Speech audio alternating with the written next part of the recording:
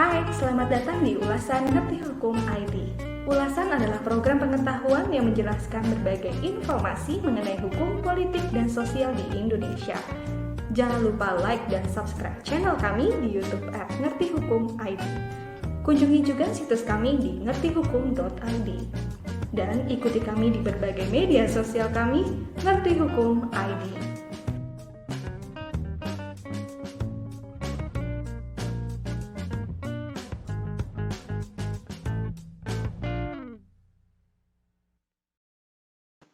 Halo orang-orang baik di seluruh Indonesia, jumpa lagi dengan saya Anggara di program Ulasan.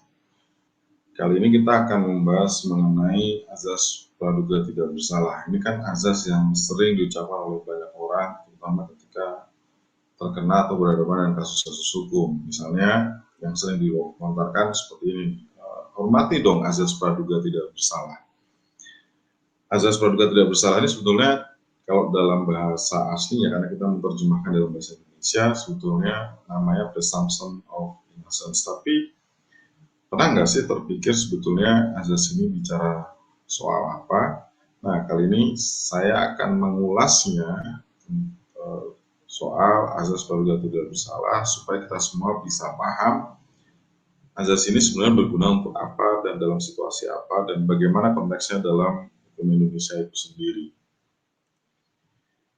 Nah, apa sih sebenarnya azas praduga tidak bersalah itu?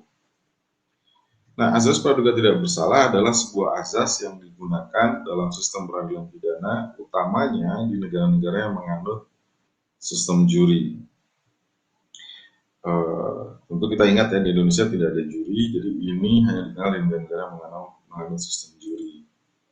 Dasar munculnya azas praduga tidak bersalahnya ada dua sebetulnya. Satu, prinsip kemanusiaan. Dua, ada adagium yang menyatakan bahwa lebih baik membebaskan 9 orang yang bersalah daripada menghukum 1 orang yang tidak bersalah. Nah, dua hal penting mengenai azas ini, satu soal beban pembuktian. Beban pembuktian ini berarti sepenuhnya berada di tangan jaksa yang mendakwa terdakwa untuk membuktikan kesalahan dari terdakwa. Jadi terdakwa tidak boleh dibebani beban pembuktian sama sekali atau berlakunya prinsip non self incrimination.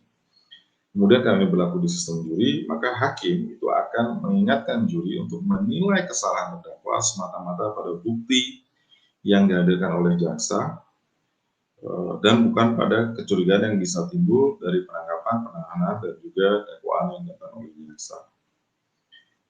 Praktiknya dalam pengadilan yang menggunakan sistem juri, hakim juga memerintahkan kepada juri untuk menganggap terdakwa tidak bersalah, kecuali jika terdapat bukti yang tanpa keraguan sedikit pun yang membuktikan kesalahan terdakwa. Dan putusan juri, baik mau bebas atau bersalah, harus diambil secara mufakat atau dia diambil secara bulat, tidak boleh ada keputusan yang tidak bulat. Nah, lalu bagaimana prakteknya di Indonesia?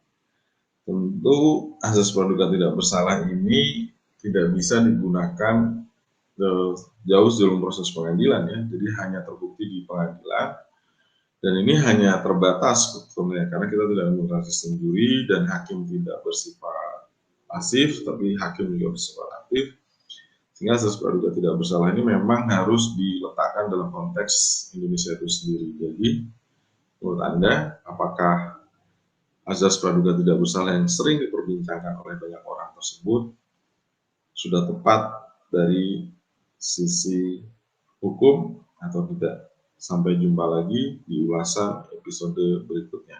Jangan lupa kunjungi kami terus di www.ngertihukum.id dan subscribe berlangganan semua media sosial kami di Twitter, fanpage, Instagram, Facebook, YouTube di @ngertihukum.id. Sampai ketemu lagi.